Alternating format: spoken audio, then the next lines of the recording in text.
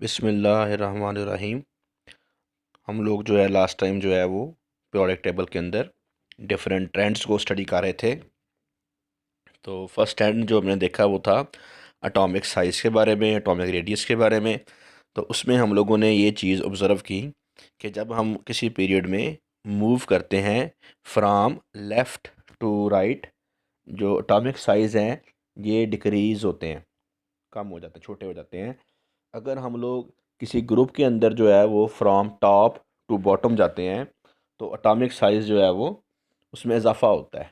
तो उसकी जो वजह थी हमने बात की थी उस पर कि पीरियड वाइज में साइज़ छोटा होने की जो वजह है वो क्या है। हमने कहा था कि भाई न्यूक्लियस की जो फोर्स लग रही है वैलेंस शेल के इलेक्ट्रॉन्स पे, उसमें इजाफा हो रहा है। और ये हमने कहा था कि अगर हम डाउन दी ग्रुप जाते हैं साइज़ जो बढ़ना है उसकी जो वजह है वो ये है कि नंबर ऑफ़ शेल्स में इजाफा हो रहा है। और शेल्स में इजाफा होने के साथ शील्डिंग इफेक्ट में इजाफा हो रहा है जो कि इनर लाइंग इलेक्ट्रॉन्स की वजह से होता है। न्यूक्लियस और वेलेंस शेल के दरमियान जो फोर्स है वो कम हो जाती है, तो साइज़ बड़ा हो जाता है। सेकंड जो ट्रेंड हमने देखा है, ऑब्जर्व किया है, वो ये है कि जब हम लोग आयंस को देखते हैं, पॉजिटिव आयंस को या नेगेटिव आयंस को, तो ट्रेंड उसका जो है वो ये होता है कि हम अलॉन्ग द पीरियड अगर मूव करते हैं तो साइज़ डिक्रीज़ होता है। उसकी जो रीज़न है वो भी ये है कि जो फोर्स है न्यूक्लियस की उसमें इजाफा हो रहा है वैलेंस शेल इलेक्ट्रॉन्स के ऊपर। और अगर हम डाउन दी ग्रुप जाते हैं तो आयन का जो साइज़ है उसमें इजाफा होता है। उसकी रीजंस में क्या है कि हमारे पास जो है वो पहली वजह है कि उसमें शेल्स जो हैं वो ज़्यादा होते हैं। दूसरी वजह क्या है, शील्डिंग इफेक्ट बढ़ रहा होता है। तो ये दो जो हैं वो इसकी मेन रीजंस हैं। तो आज हम लोग जो है वो बात करने जा रहे हैं आयोनाइजेशन एनर्जी के बारे में। तो सबसे पहले इसको हम डिफ़ाइन करेंगे। ये एनर्जी है जो कि चाहिए किसी गैशियस एटम से एक इलेक्ट्रॉन को वैलेंस शेल में से रिमूव करने के लिए। तो फर्स्ट आउटर मोस्ट इलेक्ट्रॉन जो है किसी भी एटम के अंदर जो है उसको अगर हमने रिमूव करना है तो जो एनर्जी रिक्वायर्ड है उसे कहते हैं फर्स्ट आयोनाइजेशन एनर्जी। अब ऐसे एटम जिनकी आयोनाइजेशन एनर्जी की वैल्यू जो है वो कम है, जिनकी आयोनाइजेशन एनर्जी की वैल्यू कम है, तो वो पॉजिटिव आयन बनाएंगे। और ऐसे एटम जिनकी आयोनाइजेशन एनर्जी की वैल्यू लार्ज है वो पॉजिटिव आयन नहीं बनाएंगे। तो फॉर एग्ज़ाम्पल ग्रुप 1A की अल्कली मेटल्स जो हैं lithium, sodium, potassium, rubidium, caesium, francium जो हैं, इनकी आयोनाइजेशन एनर्जी की वैल्यूज़ सबसे लो होती हैं पीरियड के अंदर। तो ये इलेक्ट्रॉन इजीली लूज़ कर सकती हैं। इलेक्ट्रॉन को निकालना जो है वैलेंस शेल से सबसे इजी होता है इनके अंदर। तो यही वजह है कि ये बहुत रिएक्टिव मेटल हैं। नेक्स्ट, तो ये इजीली क्या करेंगी, इलेक्ट्रॉन देंगी।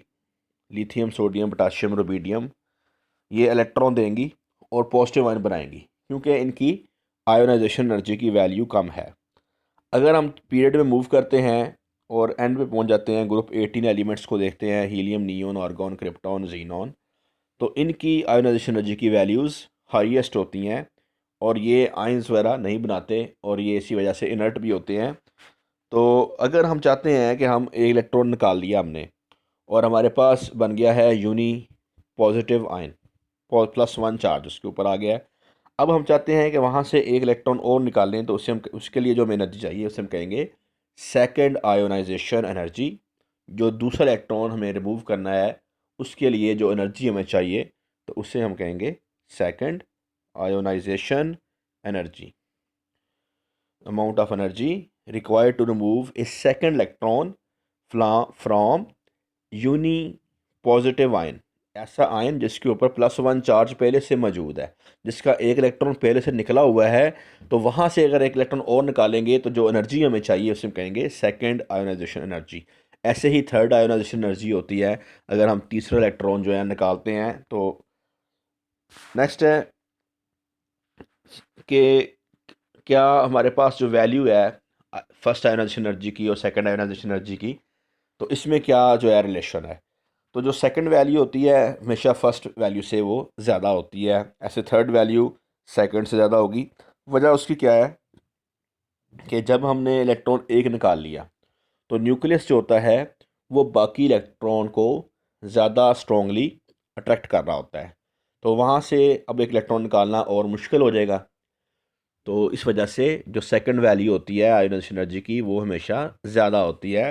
The energy required for each successive ionization, जो एनर्जी हमें चाहिए, एक आयोनाइजेशन हो गई, फर्स्ट हो गई, उसके बाद दोबारा अगर हम चाहते हैं तो वो इंक्रीज़ करती है, हमेशा बढ़ेगी, बिकॉज जो एटम होते हैं hold on to their inner core electrons, जो उनके अंदरूनी इलेक्ट्रॉन्स बाकी बच गए हैं, कोर इलेक्ट्रॉन्स बच गए हैं, मच मोर स्ट्रांगली, उनको वो बहुत मजबूती से पकड़ लेते हैं।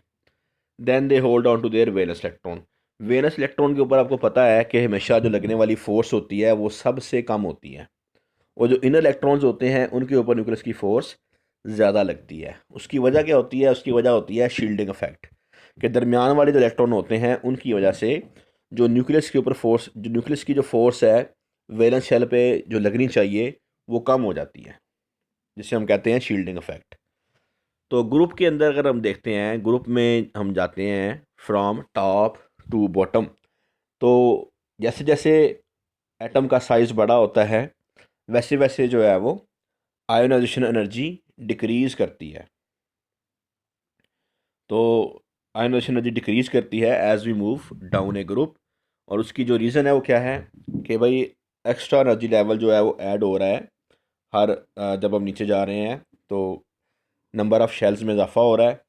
न्यूक्लियस और आउटर मोस्ट इलेक्ट्रॉन जो हैं इनके दरमियान जो डिस्टेंस है वो बढ़ रहा है, और जो अट्रैक्शन की फ़ोर्स है न्यूक्लियस के दरमियान और वैलेंस शेल के दरमियान वो कम हो रही है। तो जब ये फोर्स ऑफ अट्रैक्शन कम हो जाएगी, less energy is needed to remove the outermost electron.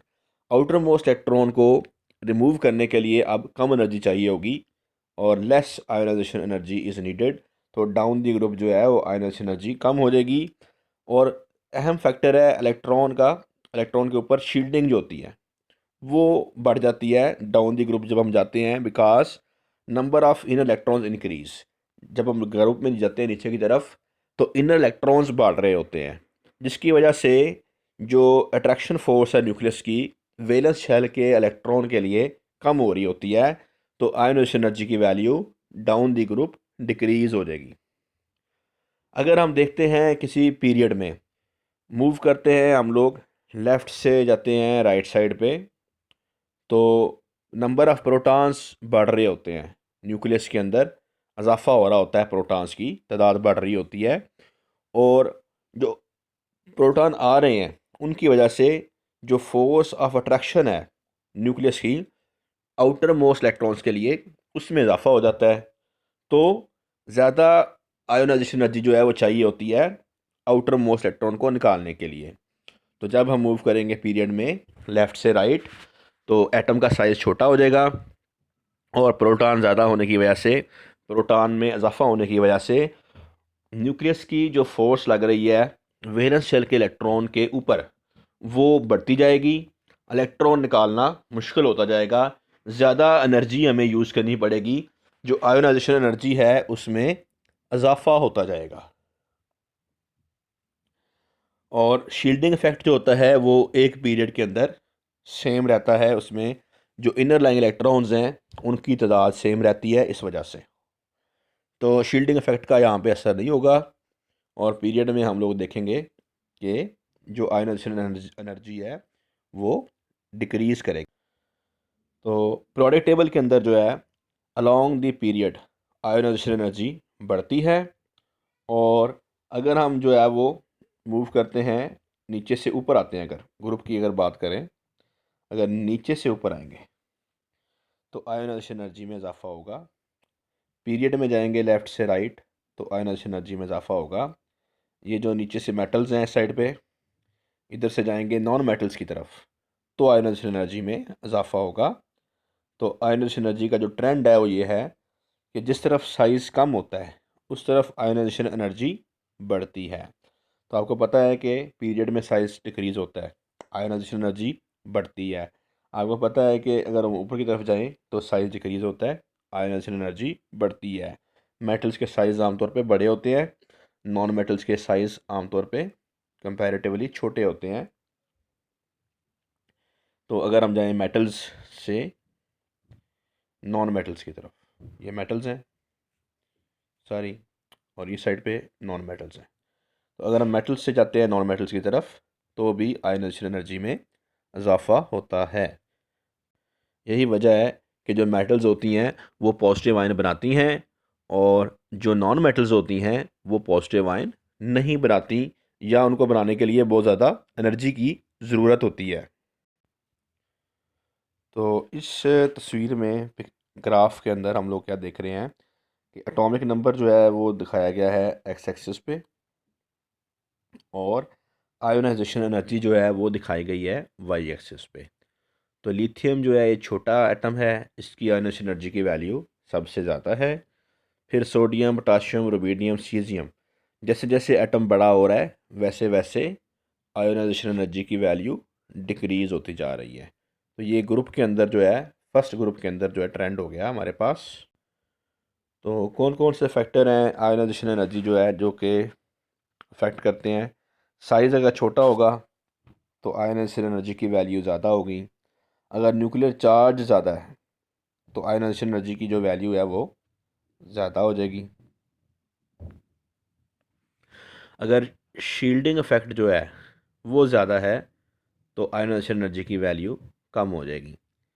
और अगर जो है इलेक्ट्रॉनिक कॉन्फ़िगरेशन स्टेबल है, जैसे कोई सब शेल्फ कंप्लीटली फिल्ड है, फॉर एग्ज़ाम्पल एस है, उसमें 2 इलेक्ट्रॉन है, तो वो फिल्ड हुआ हुआ फुल, तो उसमें से इलेक्ट्रॉन निकालना मुश्किल हो जाएगा, आयनाइजेशन एनर्जी की वैल्यू ज़्यादा हो जाएगी। ऐसे पी में 6 इलेक्ट्रॉन है, तो वहाँ से इलेक्ट्रॉन निकालना मुश्किल हो जाएगा, आयनाइजेशन एनर्जी ज़्यादा हो जाएगी।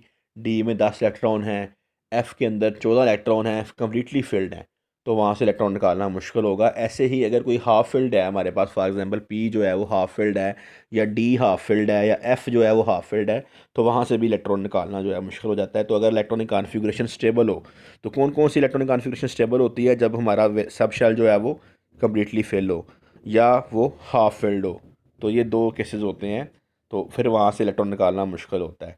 ऐसे अगर हम देखें ऑर्बिटल्स को, तो एफ़ जो है इसकी पेनिट्रेशन कम है, न्यूक्लियस से ये दूर है, डिफ्यूज्ड है, तो इसमें से इलेक्ट्रॉन निकालना ईजी है। उसके बाद डी से जो है ईजी है, फिर पी से ईजी है, तो एस जो है उसमें से इलेक्ट्रॉन निकालना सबसे मुश्किल है, क्योंकि एस की पेनिट्रेशन सबसे ज़्यादा है। तो पी में जो है उससे ज़रा आसान हो गया, डी में उससे आसान हो गया, तो एफ़ में से इलेक्ट्रॉन निकालना सबसे ईजी हो गया। तो जो ट्रेंड है वो ये है कि जो एस है इसमें से इलेक्ट्रॉन निकालना सबसे मुश्किल होता है, क्योंकि ये न्यूक्लियस के ज़्यादा करीब होता है। और इस जो पी है, डी है, एफ है, ये डिफ्यूज़ होते हैं, तो एस के मुकाबले में पी से इलेक्ट्रॉन निकालना ईजी है, पी के मुकाबले में डी से इलेक्ट्रॉन निकालना ईजी है, और डी के मुकाबले में एफ से इलेक्ट्रॉन निकालना ईजी है। तो आयनाइजेशन एनर्जी की वैल्यू अगर एस का इलेक्ट्रॉन हम निकाल रहे हैं तो वो ज़्यादा होती है एज़ कम्पेयर टू पी। तो इस ग्राफ के अंदर हमारे पास जो है वो दिखाया गया है पीरियड के अंदर क्या ट्रेंड है। तो ओवरऑल जो है आप देखें, हाइड्रोजन की वैल्यू कम है और हीलियम की जो वैल्यू है वो ज़्यादा है। तो पीरियड में जो है वो वैल्यू में इजाफा होता है आयनाइजेशन एनर्जी की। सेकंड पीरियड में देखें, lithium, beryllium, boron, carbon, nitrogen, oxygen, fluorine, neon, तो नियोन की जो वैल्यू है वो सबसे ज़्यादा है, लिथियम की कम है। फिर थर्ड पीरियड है sodium, magnesium, aluminium, silicon, phosphorus, sulphur, chlorine, argon. तो जैसे जैसे हम जा रहे हैं, जो पीरियड के अंदर साइज़ डिक्रीज़ हो रहा है, वैसे वैसे आयनाइजेशन एनर्जी की वैल्यू में इजाफा हो रहा है। तो अल्कली मेटल सबसे नीचे हैं, लिथियम नीचे है, सोडियम नीचे है, और जो हमारे पास नोबल गैसेस हैं, हीलियम, नियोन, आर्गोन, ये सबसे ऊपर है, क्योंकि इनका वैलेंस शेल कंप्लीट है, तो इनमें से इलेक्ट्रॉन निकालना सबसे मुश्किल होगा पीरियड के अंदर। तो ये पीरियड का ट्रेंड हो गया हमारे पास। तो कुछ एग्जांपल्स में अगर हम देखें, तो अगर हम सोडियम में से इलेक्ट्रॉन निकाल रहे हैं मेटल में से, तो जो आयनाइजेशन एनर्जी की वैल्यू है वो 496 किलो जूल पर मोल है। और अगर हम मैग्नीशियम में से पहला इलेक्ट्रॉन निकालते हैं, तो जो वैल्यू है आयनाइजेशन एनर्जी की, फर्स्ट आयनाइजेशन एनर्जी की जो वैल्यू है वो है 738 किलो जूल पर मोल।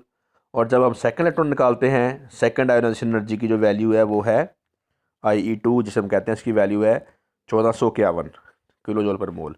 तो इसका मतलब ये हुआ कि जो सेकंड आयनाइजेशन एनर्जी की वैल्यू है वो हमेशा ज़्यादा होगी जो फर्स्ट आयोनाइजेशन एनर्जी की वैल्यू है इसके मुकाबले इससे। तो आयोनाइजेशन एनर्जी जो है ये वो एनर्जी है जो हमें चाहिए किसी भी एटम गैसियस फॉर्म में, हमारे पास कोई भी एटम है, अलग है, आइसोलेटेड है, उसके वैलेंस शेल में से एक इलेक्ट्रॉन को निकालने के लिए जो हमें एनर्जी चाहिए उसे हम कहते हैं आयोनाइजेशन एनर्जी। तो आप लोगों का बहुत शुक्रिया। अल्लाह हाफिज़।